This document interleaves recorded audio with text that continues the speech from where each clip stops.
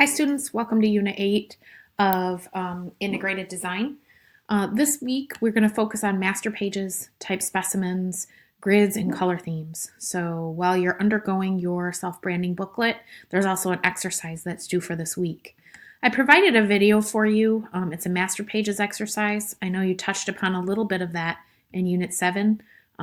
You did mostly your paragraph and character styles. But master pages are something that's also introduced in this unit as well.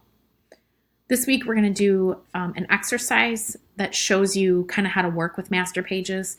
And in the unit, it tells you that you can use your own texture. I have provided my texture here for you all to use. Follow this video, create your InDesign document, place in the texture file, and follow the steps shown in the video, as well as talked about in the Unit 8 instructions. Okay, there's some resources for you, a little focus on grids, a little focus on color, all the things that might help you while you're creating your self-branding booklet. So create this little exercise file for master pages, complete it, submit it here in the submit here area, and then talk about your progress of the self-branding booklet and provide feedback for others. That is a recap of what's expected for Unit 8.